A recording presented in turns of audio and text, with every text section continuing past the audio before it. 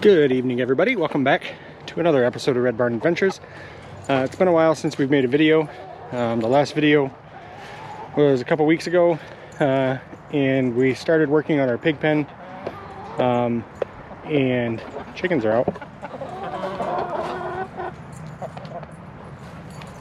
And due to the camera acting up, had some issues with the GoPro that I could not get resolved until just yesterday. And it has been such a beautiful week here in northern Indiana that I could not pass up working on the pig pen, even though I didn't have the GoPro. So we are finished with it. So I'm going to give you a quick tour and explain to you kind of the changes that we made and why we made them. So if you remember last year, in order to get into the pigs, we had to go in the chicken door, through the chicken run, and then in through this gate to get into the pigs. This year we have added a gate in order to get it. So that'll open up, now we can go in, and we don't have to mess around with this latch down here anymore that we always had problems with last year. So so that's a change. One of the biggest changes is we pulled out all the T-posts and the round posts that we had because we wanted to make it bigger. So before it stopped about right here, and now it goes probably another 10-15 feet, and kind of lines up with the end of the barn. So man, that sun is bright. It's February 5th and it is like 52 degrees out right now. This is glorious. Unfortunately, I don't think it's going to stay like this. If it was going to stay like this, I'd go ahead and get the pigs right now. But it's not going to stay like this. I guarantee it's not going to stay like this. They're saying probably another week of this, and then it's going to be back to like low to mid 30s and snow. So anyway, back to the pig pen. So we came out about another 15 feet. I also added in here a 10-foot gate, and I would have gone a little shorter than 10 foot, but I wanted the same style of gate that I put over there, because I wanted it to look the same, and that only came in a 10 foot, or they only had a 10 foot in stock. So that's kind of what we did. So this is in order to be able to get the tractor in and out to clean out the pig pen, and then also to be able to load the pigs out. I can open this up, back the trailer right up to it, and pinch the gate in between the trailer and the pig pen, and then we can load them up. Last year, if you remember, I actually came out here and I like cut a hole in the side of the pig pen. So another change, we moved the pig shelter from this side over to this side. Just thought for the sun that they're going to get, that would work a little better. When the sun comes up in the morning, it'll hit them right away, but then they'll still be able to go in there and get out of the sun when it's too hot. The only other thing I might do is I may add like a little tarp or something in between those posts and the chicken run. That'll give them shade underneath there if they needed it. We'll see once the sun stays out and is a little higher in the sky, how much sun actually hits this back here. So shelter moved from one side to the other. I did dig that down even a little more into the ground so it sits nice and flush, so they don't have as big of a hump to get up in there. All new paneling, all new hog panel, which is amazing. I wish I would have done this in the first place. And then along the bottom of Penny's getting the chickens. Get them, Penny. Get them, Penny. You silly dog. Oh, get them. Along the bottom in between posts, I did put a 2x6, and that 2x6 is buried down on the ground a little bit just to deter them from digging underneath.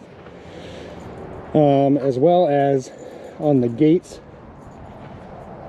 I buried cinder blocks down in there, as well as on the 10-foot gate. I don't know if you can see it or not, but there are cinder blocks down there. It's kind of hard to see. Again, to keep them from digging underneath. So the water is back. I added a one nipple to the water just because we're getting 4 pigs this year instead of 2 pigs. So I figured it'd be good to have another nipple on the water barrel. Moved it away from the shed.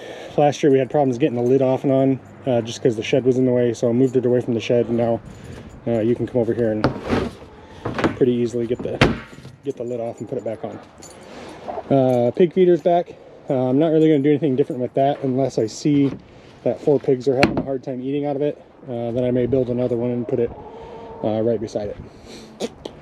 And then the last addition that I have is I put a scratching post in, just kind of drilled down and put that right in the ground. I didn't cement that in or anything. I don't know if once they get bigger, I mean, I can kind of move it. I don't know if they're going to be able to move it. We'll see. It's just a post in the ground, so if for some reason they get it yanked out, I mean, it's 4 feet down on the ground. I don't think they're going to yank it out, but maybe. So yeah, so that's our pig pen. We decided to get 4 this year just because we're going to keep one, and I had numerous other people ask me if I would get a pig for them, and then they would get it from me, buy it off of me when butcher time comes around. So we're probably going to buy feed in bulk this year instead of by the bag. It's a little cheaper if you get it in bulk, and I kind of did the math, and if I buy a skid of it from the feed mill, it should get us almost all the way to their butcher date. So for 4 pigs. Comment below if you have any suggestions, or if you like it, if you don't like it. I'm gonna see if I can find some different latches for these gates, because I don't know how much I trust the chain. So, all right, chicks, did you guys lay some eggs today? Let's see what we got. Literally, they all lay in that one spot. Dumb. Dumb. You guys are dumb. Lay in the nest. It's much more comfortable. Just in there. Hey. They don't listen. They're like kids. They don't listen. If you notice, there's only 10 of them in here now. We had chickens that were 4+ years old.